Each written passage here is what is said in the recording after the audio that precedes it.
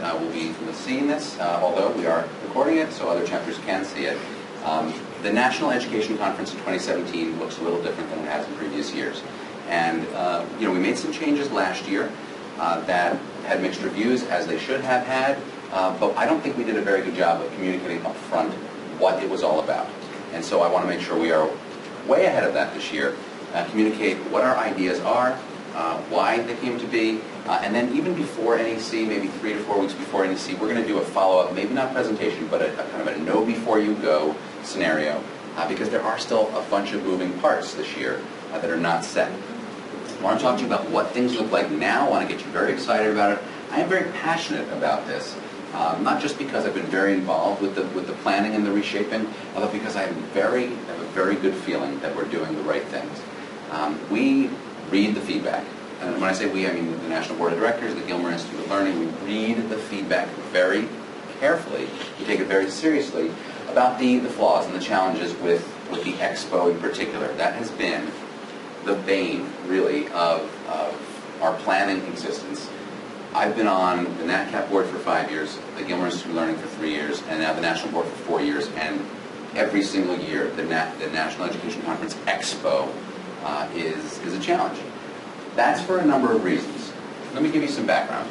SGMP is a unique organization. Some of the things that make us unique make us great. Some of the things that make us unique challenge us when it comes to doing an expo. You might notice that the competitive landscape is changing. You are probably not going to find a whole bunch of traditional pipe and drape up and down the aisle trade shows anymore. They're kind of going out of style, and they have been for many years.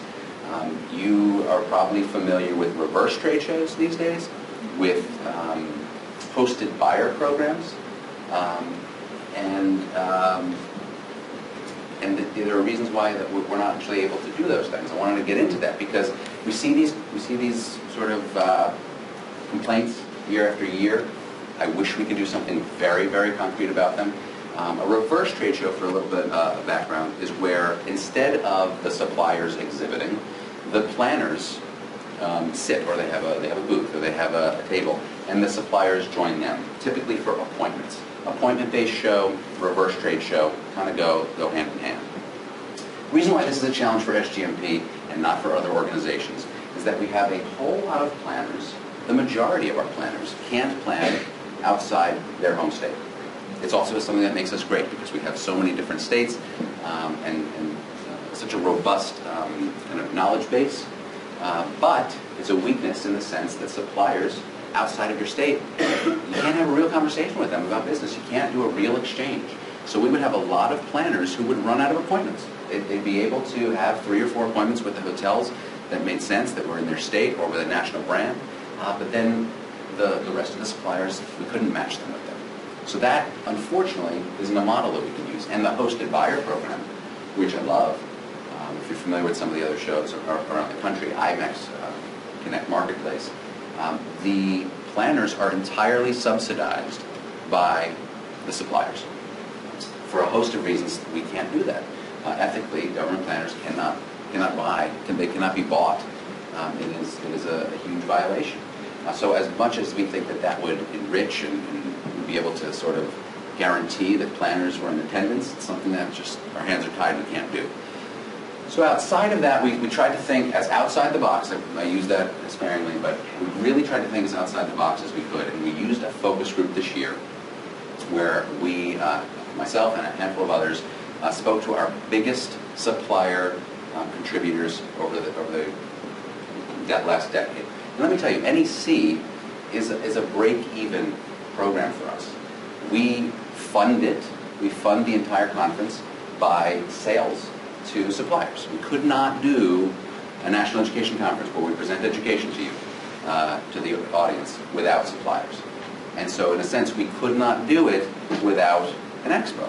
The model wouldn't work.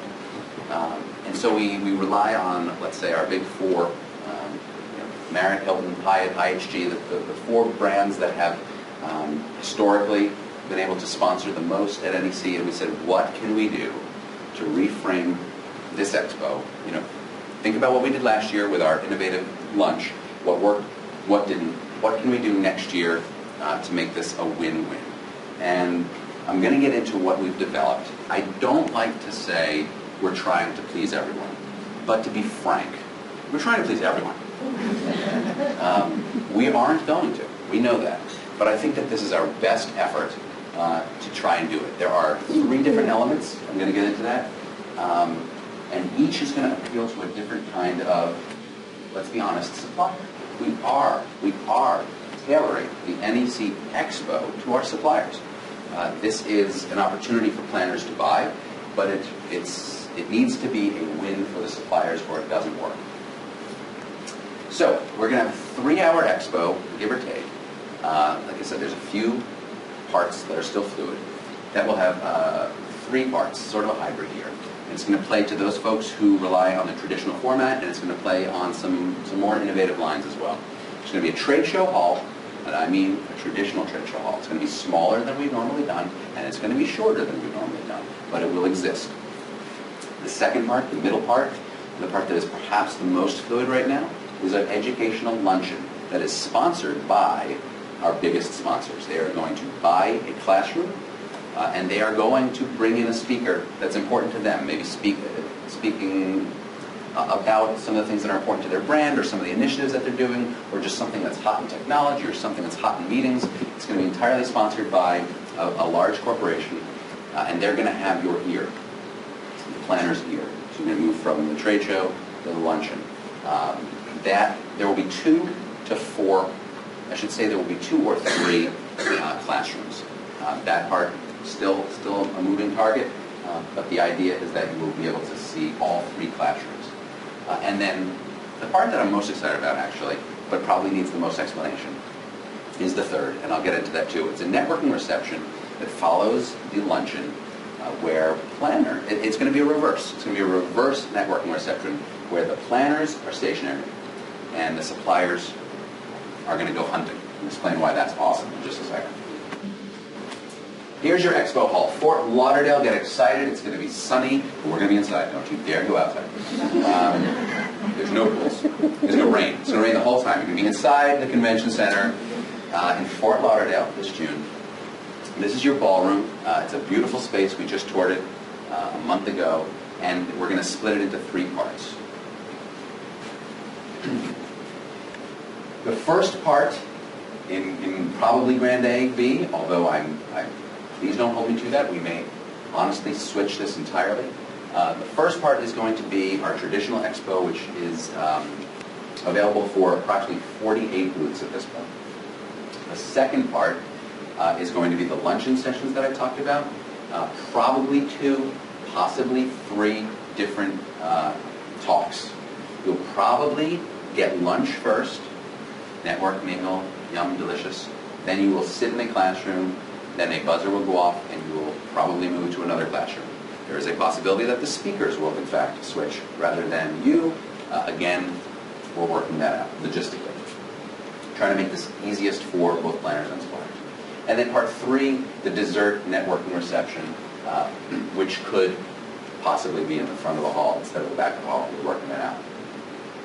The traditional trade show at present has space for up to 48 booths. Now, maybe it's hard to envision what 48 booths look like, but if you were at an NEC Expo years ago, perhaps when we were a bigger organization, our trade show floor was twice that size. We had 90 to 100 booths during that time. So 48 is not a lot.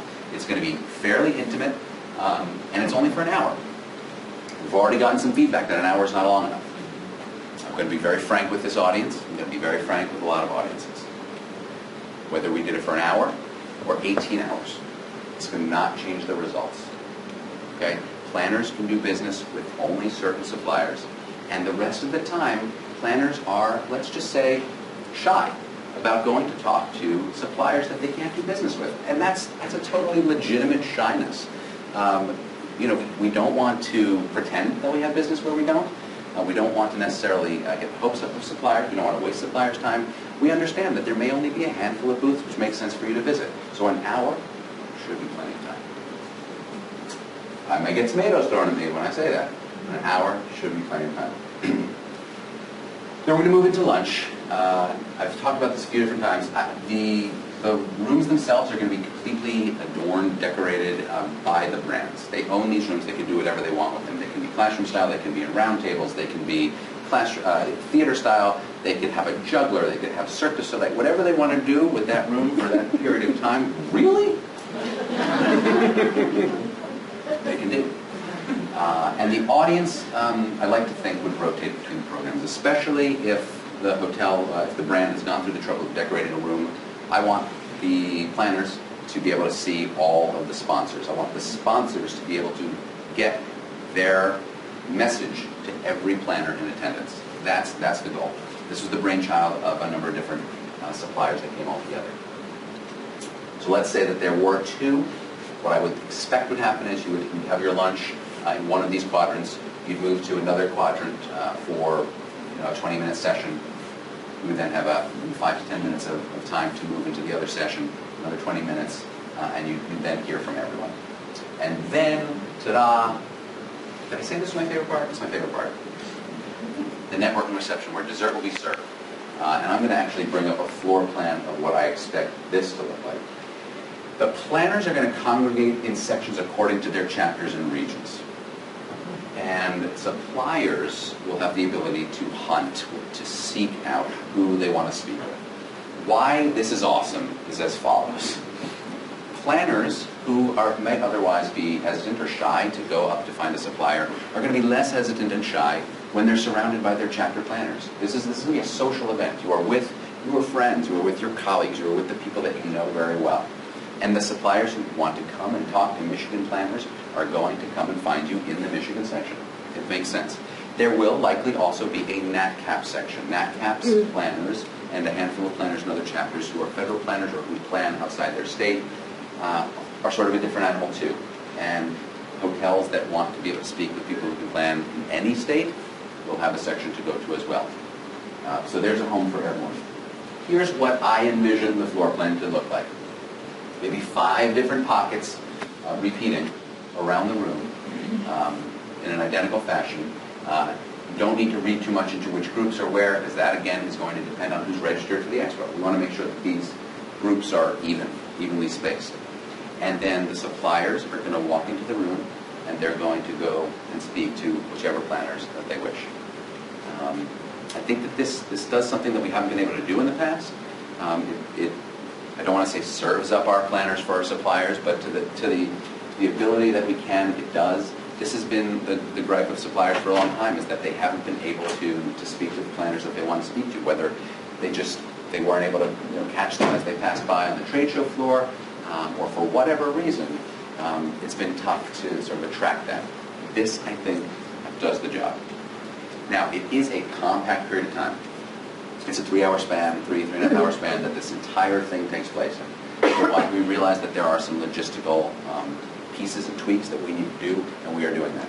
We're dedicating an awful lot of time to making sure that this is squeaky clean. But I think it was a hard thing for folks to just read and understand right away, and so I feel like it's important to orient folks what the idea is moving forward, what our goals are. And then, like I said before the conference, we're going to detail it again. Things that have changed in the past that I didn't touch on. Exhibiting suppliers will be able to access the trade show floor, but every single attendee will be able to go to the luncheon, and every single attendee will be able to go to that dessert reception. So there is no such thing anymore as a non-exhibiting supplier, really. We used to have a non-exhibiting supplier lunch that folks used to go to. That is out. Everyone gets to go to lunch. Whoever that sponsor is realizes that they're paying not just for lunch for planners, they're also paying for lunch for suppliers. They're potentially even their competitors, and that is fine. They understand that. So every attendee will be able to access that educational luncheon and the networking reception. Those parts 2 and part 3. For that first pocket, for those suppliers that are not exhibiting, it's a great time to check email. We don't feel like that hour needs to necessarily be accounted for. All registered planners are expected to attend all 3 facets of the expo. So we are only as good as we can be if we get compliance. Fort Lauderdale is an awesome place, and it is going to be sunny, and it's going to be hot in June. But if you've registered for the expo, the expectation is that you're coming, you're in attendance. That goes for suppliers and planners alike. We just like to hammer that home. Just an ethical piece. The suppliers pay a lot of money to be there. Planners pay a fair amount of money to be there. So we want to make the most use of our time when we're there. This is as different gets. We're trying something new. We're stealing from a lot of different places, borrowing from our trusted suppliers who told us what was important to them. And then I think there's a lot of hesitation right now, perhaps nationwide, because there's no scheduled NEC for 2018. And I say that there's no scheduled NEC for 2018. That doesn't mean there isn't going to be an NEC for 2018. I don't want people to think that because there is no NEC on the books for 2018, that means that there is no SGMP after Fort Lauderdale. That is not at all the case. And we were working hard to get something in motion, to be able to announce something to everyone before the expo and get people super excited. I'm so excited that I'd like to take some questions and answers. I'd like to take answers, actually. Answers would be better than questions. I am here to facilitate as best as I can. So for